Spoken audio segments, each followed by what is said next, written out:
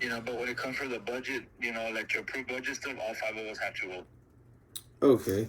And yeah, I had heard something about like there's so I don't know if you were on the council at the time, Johnny, but when we did that $30 million bond for the Hmm. drainage, were you there? No, I wasn't there yet. Oh, okay. That was right And before us. That was in 2018, I think. okay. And so like originally they had planned for like detention ponds Correct. and then something happened, right? Like they're Well, I honestly think that's what happened is that they pulled the horse before the carriage, or the carriage before the horse. okay. Meaning In other words, what they looked at was, okay, we passed the bond. We need to do these 4 retainer ponds, for that bond, but they had never purchased the land.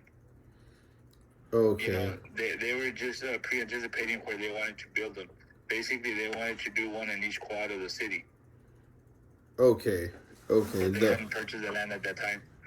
So we planned on like we got the like I guess the specs and the architectural plans for They did all the legwork, and that's what that SDI did, where they did the legwork as far as what it would cost.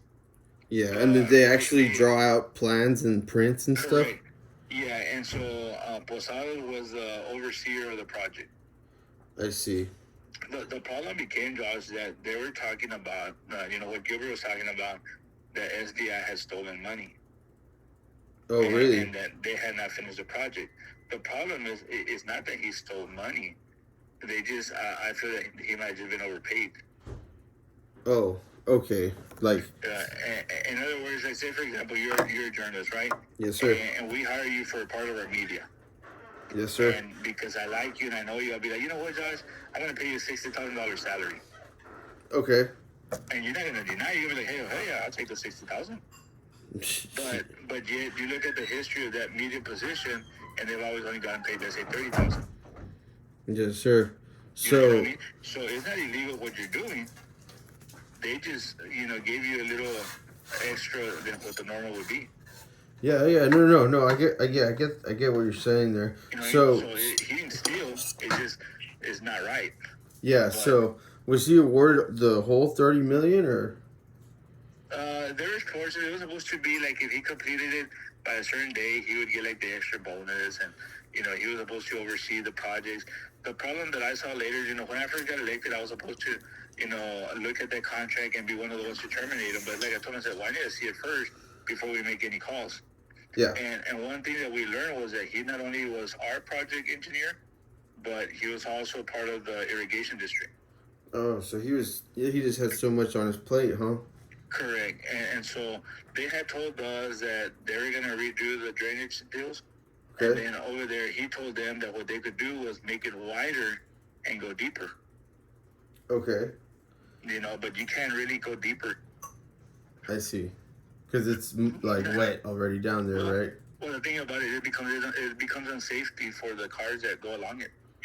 If you have an accident on the side of the road and they go into the drainage ditches, well, you're not going to be able to get them out in a fast enough time because you don't have machinery that can go that far down. I see. Okay.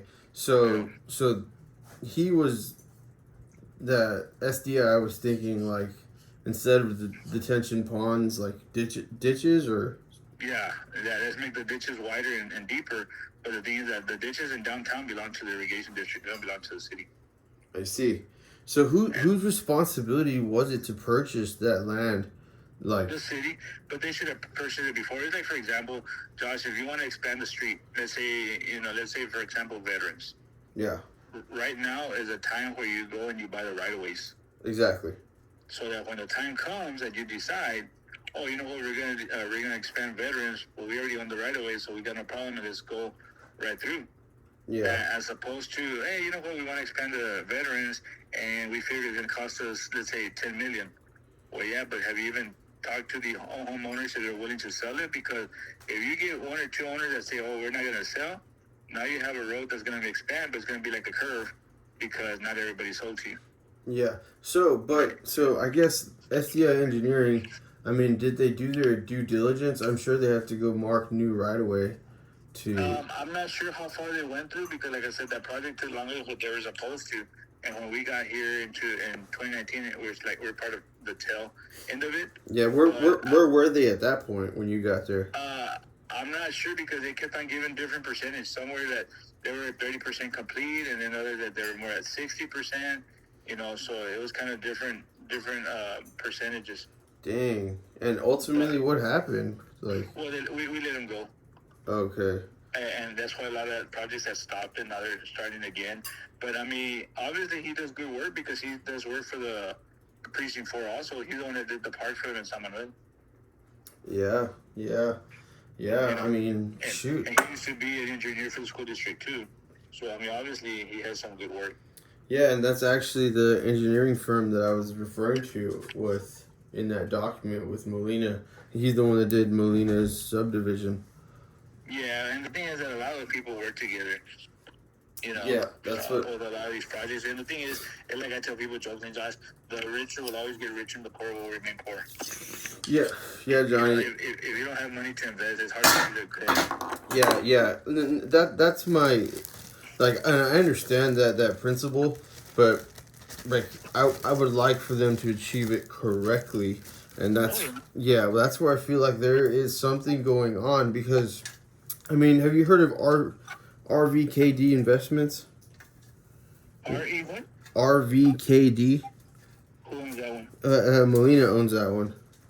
Okay, that's the one that he's associated with Carranza or who? Yeah, I mean, that's the Julio Carranza, I believe. Yeah, that's one of them. He has another one called something Enterprises where he's in business with David Torres.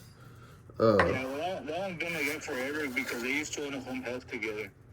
Yeah, and that they still say that they have that home health. What happened is I don't think that they really shut it down, but David closed it down on his part, and Molina has it open but on his own over there on Sugar Road. Yeah, and does it work? Like, people? Oh, okay. My understanding is that him and the wife work every day, like hard worker people.